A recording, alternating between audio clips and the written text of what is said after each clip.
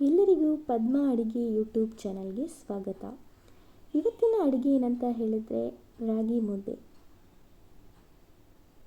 ಬನ್ನಿ ಹೇಗೆ ಮಾಡೋದು ಅಂತ ನೋಡೋಣ. ಮೊದಲಿಗೆ ನಾನಿಲ್ಲಿ ಒಂದು ಕಡಾಯಿನ ತಗೊಂಡಿದ್ದೀನಿ. ಅಳತೆ ಪಾತ್ರೆಯಲ್ಲಿ 3 ಚೊಂಬು ನೀರನ್ನು ಸೇರಿಸ್ಕೊತಾ ಇದ್ದೀನಿ. ಇದಕ್ಕೇನೆ ನಾನು ರಾಗಿ ಹಿಟ್ಟನ್ನ 2 ಸ್ಪೂನ್ ಸೇರಿಸ್ಕೊತಾ ಇದ್ದೀನಿ. ನೀರು ಕುದಿಯೋಕ್ಕೆ ಸ್ಟಾರ್ಟ್ ಆದಮೇಲೆ ರಾಗಿ ಹಿಟ್ಟನ್ನ ಸೇರಿಸ್ಕೊಬೇಕು.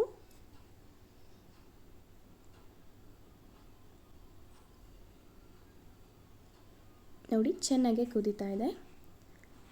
ಈಗ ನಾನು ರಾಗಿ ಹಿಟ್ಟನ್ನ ಸೇರಿಸ್ಕೊತಾ ಇದ್ದೀನಿ.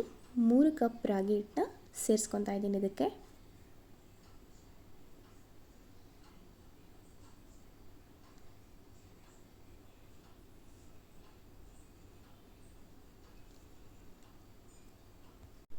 ಹೈ ಫ್ಲೇಮಲ್ಲೇ ಇರಲಿ. ಈಗ ಸ್ವಲ್ಪ ಕುದಿಯೋಕ್ಕೆ ಸ್ಟಾರ್ಟ್ ಆದಮೇಲೆ ಮುದ್ದೆ ಕೋಲನ್ನ ತಗೊಂಡು ತಿರುಗೋದಕ್ಕೆ ಸ್ಟಾರ್ಟ್ ಮಾಡಬೇಕು. ತಿರುಗ್ತಾನೆ ಇರಬೇಕು, ಕೈ ಬಿಡಬಾರ್ದು. ಒಂದು ವೇಳೆ ನೀವು ಹಸಿಟ್ಟನ್ನ ಜಾಸ್ತಿ ಹಾಕ್ಕೊಂಬಿಟ್ಟಿದ್ರೆ ಒಂದು ಸ್ವಲ್ಪ ಬಿಸಿನೀರನ್ನ ಕಾಯಿಸಿ ಕೂಡ ಹಾಕೋಬೋದು.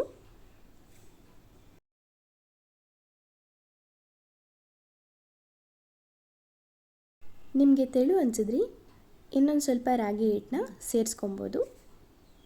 ಚೆನ್ನಾಗಿ ತಿರುಗೋದಕ್ಕೆ ಸ್ಟಾರ್ಟ್ ಮಾಡಬೇಕು. ತಿರುಗುವಾಗ ಒಂದು ಸ್ವಲ್ಪ ಕೂಡ ಗಂಟು ಕೂಡ ಇರಬಾರ್ದು, ಆ ಥರ ತಿರುಗ್ಕೊಬೇಕು.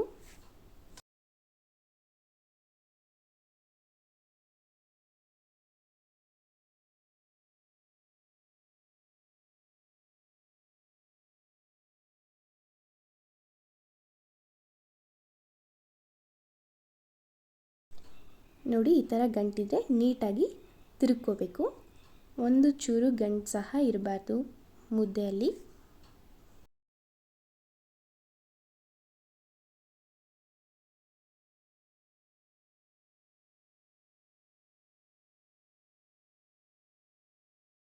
ಸಂಪೂರ್ಣವಾಗಿ ಗಂಟೆಲ್ಲ ಹೊಡೆದ ಮೇಲೆ ಸ್ವಲ್ಪ ಹೊತ್ತು ಬೇಯೋಕ್ಕೆ ಬಿಡಬೇಕು. ಒಂದು 5 ನಿಮಿಷ ಬೇಯೋಕ್ಕೆ ಬಿಡಿ. ಬೇಯುವಾಗ ಸಣ್ಣ ಉರಿಯಲ್ಲಿ ಇಟ್ಕೊಳ್ಳಿ.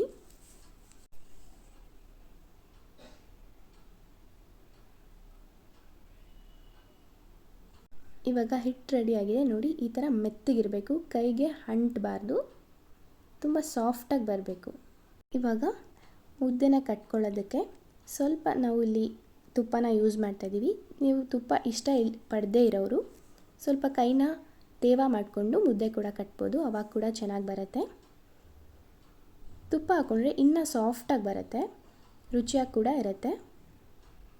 ನೋಡಿ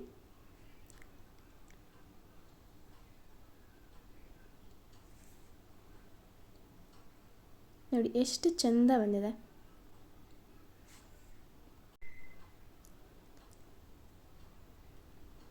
ಹೀಗೆ ಒಂದೊಂದೇ ಮುದ್ದೆನ ಕಟ್ಕೊಳ್ಳೋಣ.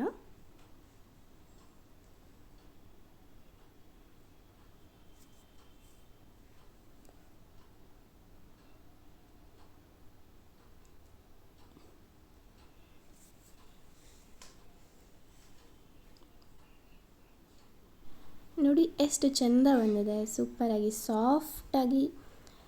ಒಂದು 15 ನಿಮಿಷದಲ್ಲಿ ಮಾಡ್ಬೋದು. Thank you for watching.